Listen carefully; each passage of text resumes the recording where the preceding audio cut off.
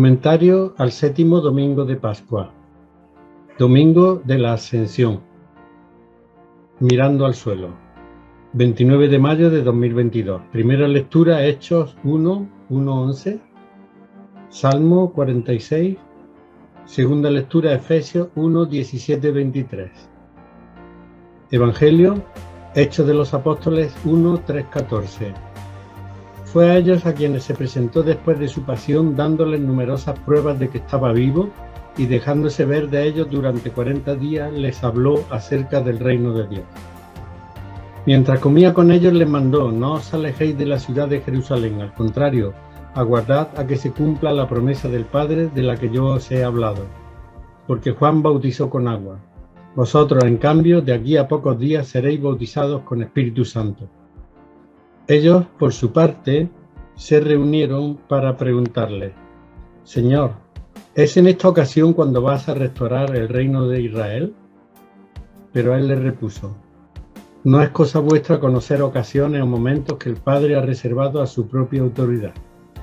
Al contrario, recibiréis fuerza cuando el Espíritu Santo venga sobre vosotros, y así seréis testigos míos en Jerusalén y también en toda Judea y Samaria y hasta los confines de la tierra.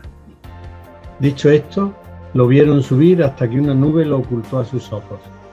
Mientras miraban fijos al cielo cuando se marchaba, dos hombres vestidos de blanco que se habían presentado a su lado les dijeron: Galileos, ¿qué hacéis ahí plantados mirando al cielo?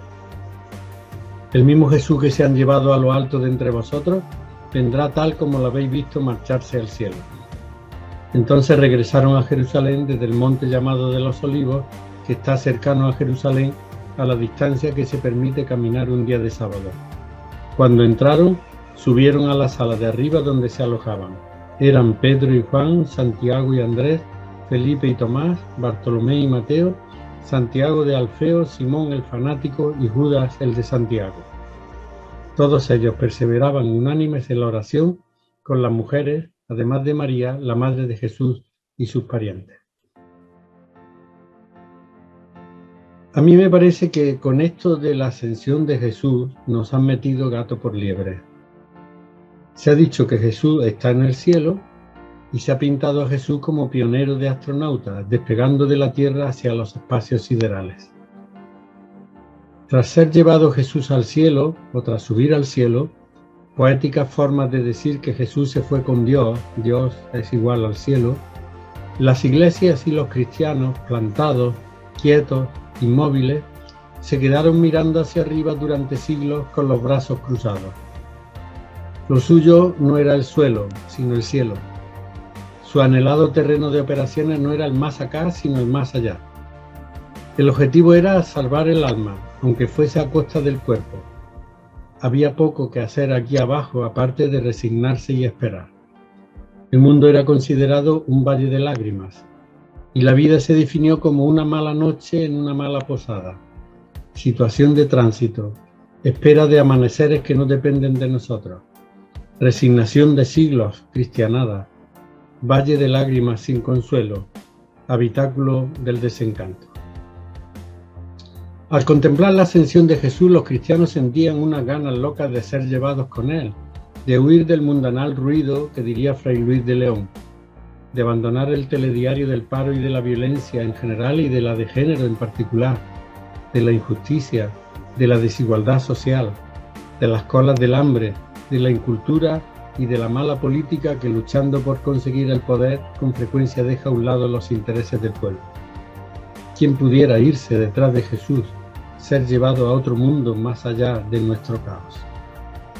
Y con el deseo de huir, de ir con Jesús, y ante la impotencia de seguir esa ruta espacial, la mayoría de los cristianos, hubo honrosas excepciones, por cierto, individuales y colectivas a lo largo de la historia, que todo hay que decirlo, la mayoría de los cristianos se retiraron a la vida privada, al individualismo, a la salvación de su alma, concepto heredado de Platón que no tenía nada de cristiano, a los monasterios, a los conventos, a las iglesias y a los templos, a rezar y rezar.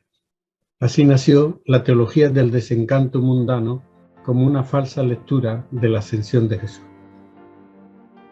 Nuestro cristianismo tradicional ha merecido el viejo reproche del libro de los Hechos de los Apóstoles, que refiere cómo, mientras los apóstoles miraban fijos al cielo cuando Jesús se marchaba, dos hombres vestidos de blanco que se habían presentado a su lado les dijeron: Galileos, ¿qué hacéis ahí, plantados, mirando al cielo?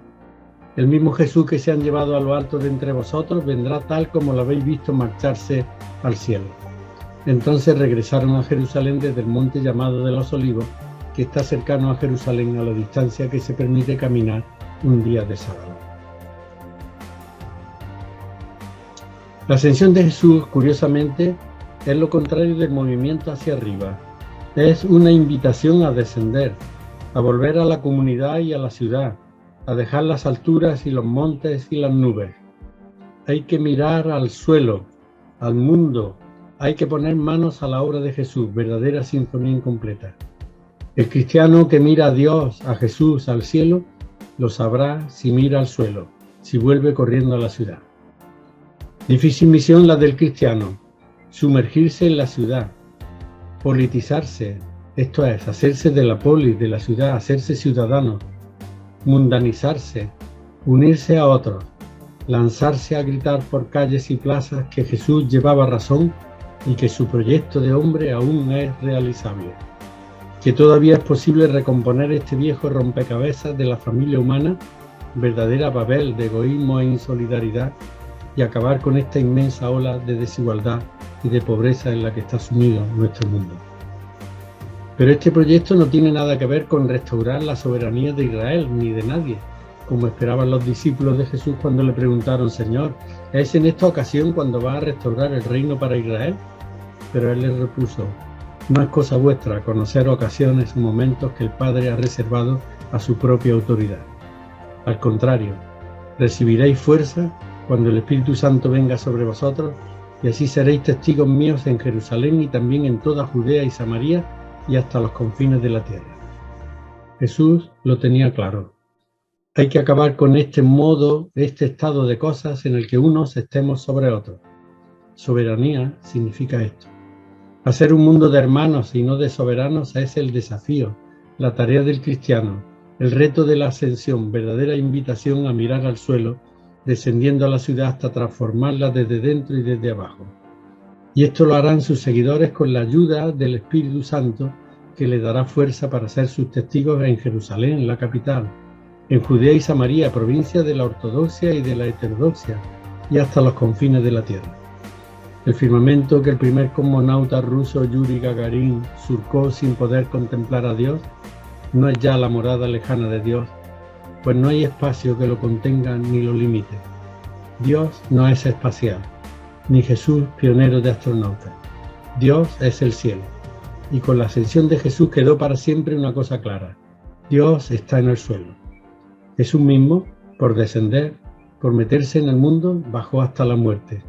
A cambio, Dios se lo llevó con él para siempre, o lo que es igual, fue llevado al cielo, lugar sobre las nubes y las estrellas, donde los antiguos imaginaban que Dios habitaba. ¿Qué hacéis ahí, mirando al cielo? El mismo Jesús que se han llevado a lo alto de entre vosotros vendrá tal como lo habéis visto marcharse al cielo. Entonces regresaron a Jerusalén desde el monte llamado de los Olivos, que está cercano a Jerusalén, a la distancia que se permite caminar un día de sábado, dice el evangelista Lucas. No es al cielo, sino al suelo al que hay que mirar, y mucho más ahora que con la pandemia a la que se ha sumado la terrible guerra de Ucrania se abre una crisis mundial como no ha habido otra desde hace mucho tiempo. Según un informe de Oxfam de septiembre de 2021, en España, con la pandemia, más de 700.000 personas fueron arrojadas a la pobreza. La renta per cápita se desplomó, viendo el 10% de la población pobre caer su renta en más de un 20%, mientras que el 10% más rico apenas lo hizo en un 2%, 10 veces menos. Una brecha que se acentúa si nos fijamos en los millonarios españoles. 23 personas, de ellas 18 son hombres, cuya fortuna creció en 19.200 millones de euros en los primeros 79 días de la pandemia. Pero la cosa no quedó ahí.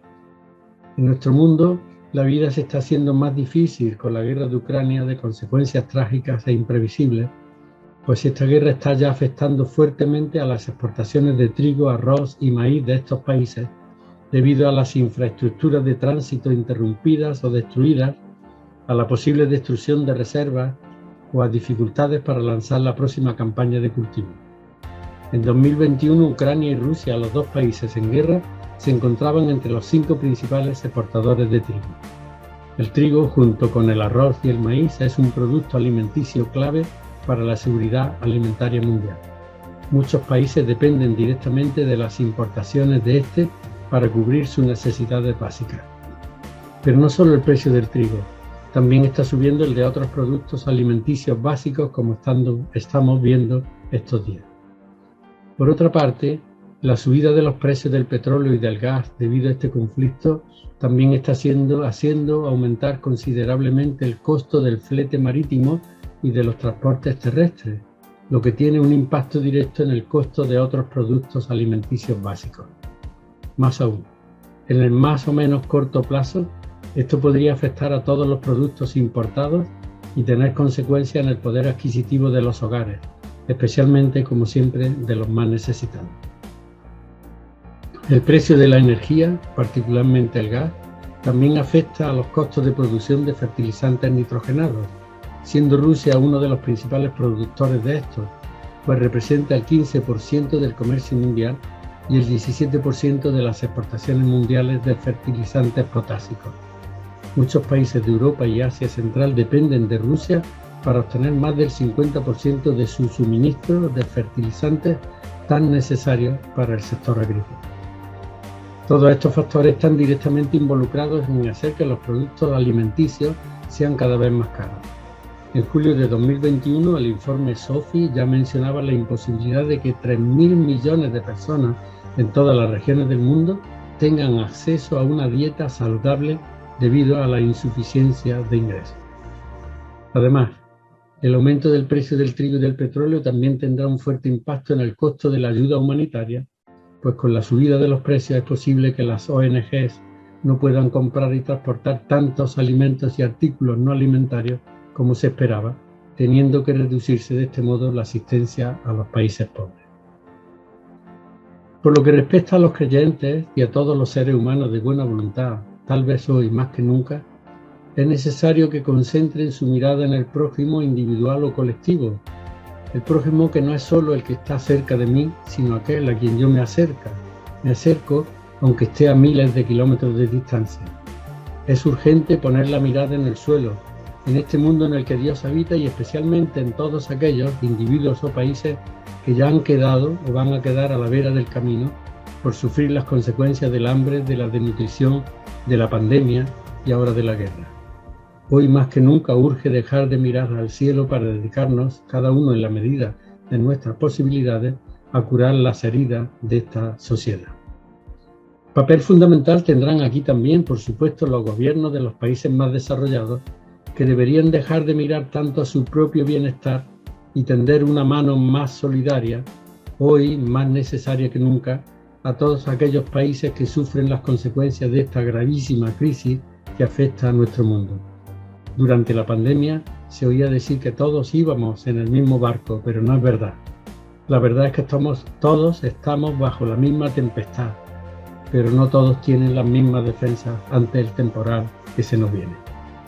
De ahí que hoy más que nunca debamos poner nuestra mirada en el mundo y dejar de mirar al cielo, pues desde que Jesús murió en la cruz, Dios ya no está en el cielo, sino en el suelo, en el corazón humano, cuyas heridas, como buenos samaritanos, hay que sanar.